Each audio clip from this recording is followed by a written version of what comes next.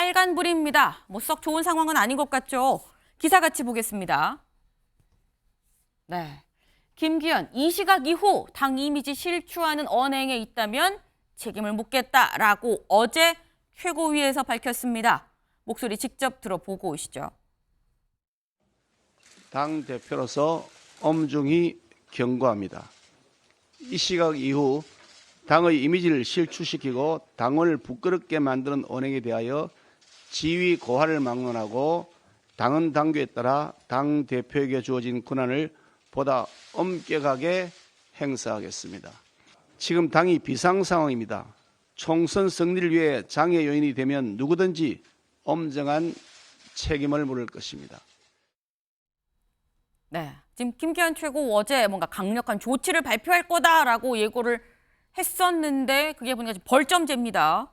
그런 박봉건 의원님, 일단 벌점제를 제시를 하고 이걸 공천에 지금 반영을 하겠다라고 얘기를 했는데 이번 조치 실질적인 어떤 뭐 태도 개선이 있을 수 있다고 보십니까? 이런 뭐 백마디 말보다 행동으로 보여주는 게 중요하고 제가 보기에는 뭐 지지율이 좀 떨어지고 지금 당이 질이 멸렬하니까 이런 비상 대책을 들고 나온 것 같은데 좀 늦었어요.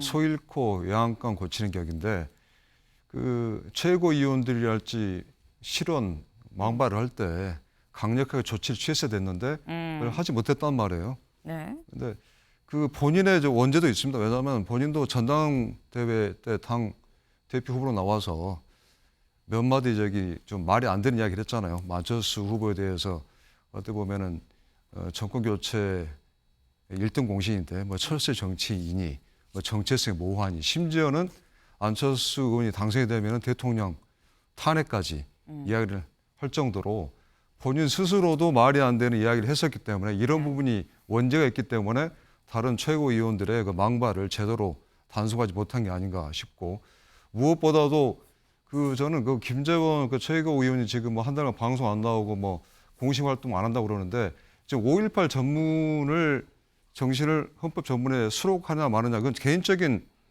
그 판단의 부분이에요. 뭐 그 부분이 뭐 싫다 그러면은 네. 거기에 대해서 왈부할 필요 없는데 이게 가장 큰 문제 되는 게 뭐냐면은 어떻게 보면은 그 호남권의 표를 얻기 위해서 5.18 정신을 헌법에 수록하겠다고 어떻게 보면 호남 유권자를 기망했다라는 거지 않습니까? 다시 말하면 대통령을 거짓말쟁이로 만든 거예요. 이건 엄청 불경죄거든요. 이런 부분에 대해서도 전혀 단속을 못하고 이해를 못한다는 게 좀 이해가 안 되고 이런 부분, 이런 지금 말로 할 게 아니고 정말로 쇄신하고 바뀐다는 모습을 보여주려면은 네. 저는 김재원 최고위원부터 스스로 최고위원자를 물러나는 그 용태를 결심하는 그런 게 좀 파격적인 게 있어야지 국민들은 좀 받아들이지 않을까 싶습니다. 네, 일단 소 잃고 외양간 고친 격이다라면서 좀 더 파격적인 조치가 있어야 된다라고 말씀을 지금 하셨는데 다음 기사 좀 마저 이어서 좀 보도록 하겠습니다. 네. 재보궐선거 결과가 나왔는데 지금 울산 교육감 그리고 기초의원의 선거에 졌습니다. 저희가 오늘 일면 이 말씀을 드리면서 울산의 강남인데 여당이 졌다라고 말씀을 드렸었는데 텃밭을 내준 여당 지금 총선에 빨간불 여기에 지금 들어왔다라는 겁니다. 네. 지금 보면 4월 5일 있었던 재보궐선거 성적표가 좀 우울하다. 성적표 어떻게 나왔는지 저희가 좀 지도로 좀 한번 만들어 봤는데요. 같이 볼까요? 네. 일단 여기서부터 보면 충북 청주의 기초의원은 국민의힘이 당선이 됐습니다. 근데 전북 전주을 민주당이 후보를 내지 않았는데 지금 진보당이 지금 당선이 됐죠. 그리고 여기 보면 울산시 교육감, 교육감은 당이 없기 때문에 진보교육감이 당선이 되고 그리고 울산 남구, 여기가 지금 울산의 강남이라고 하는 부분입니다. 기초의원 민주당이 당선이 됐습니다. 그리고 경남 창녕군수도 무소속이 당선이 됐습니다. 결론적으로 국민의힘이 가지고 간 의석은 이 주요 의석만 따지는 겁니다만 충북 청주의 기초의원밖에 없더라라는 결과. 이건 사실 국민의힘 입장에서는 굉장히 좀 뼈아픈 결과가 아닐까 싶은데 장해찬 최고님, 이게 왜 이런 결과가 나온 걸까요? 뭐 일단은 최근에 여러 논란을 일으킨 지도부의 일원으로서 뭐 누가 실수했다 이런 남탓할 게 아니라 네. 저희가 참 송구하고 국민과 당원 여러분께 일단 죄송스럽습니다. 심기일전해야 할 것 같고요. 그리고 뭐 이번에 지도부가 출범하자마자 먼저 국민 여러분들로부터 회초리를 맞은 만큼 다시 그러지 않도록 정신을 바짝 차려야죠. 그런 의미에서 김기현 대표도 어제 당의 기강을 잡는 이야기 강조해서 하신 것이고 네. 뭐 민심의 바로미터라고 할 수 있는 충북 청주에서 이 민주당 소속 의원의 자리를 저희가 뺏어 왔다고는 하지만 그렇다고 해서 결코 낙관하거나 뭐 이 정도면 괜찮다라고 생각하진 않고요.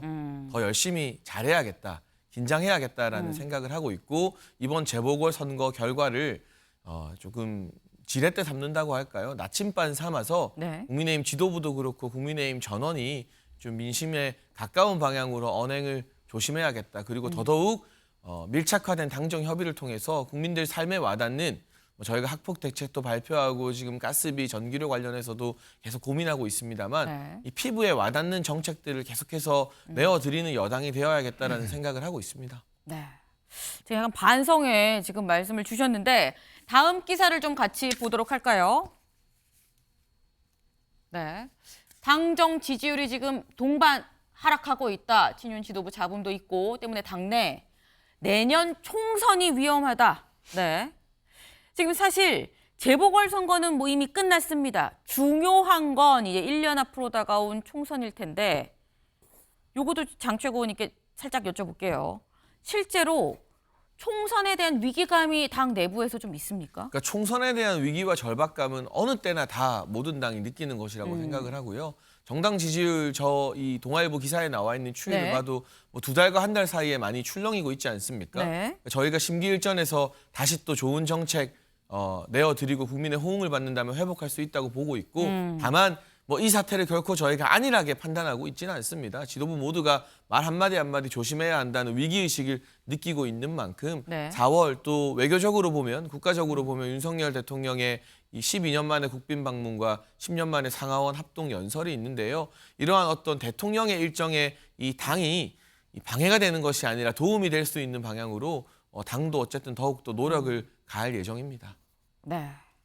당도 노력을 다하겠다라는 말을 하셨는데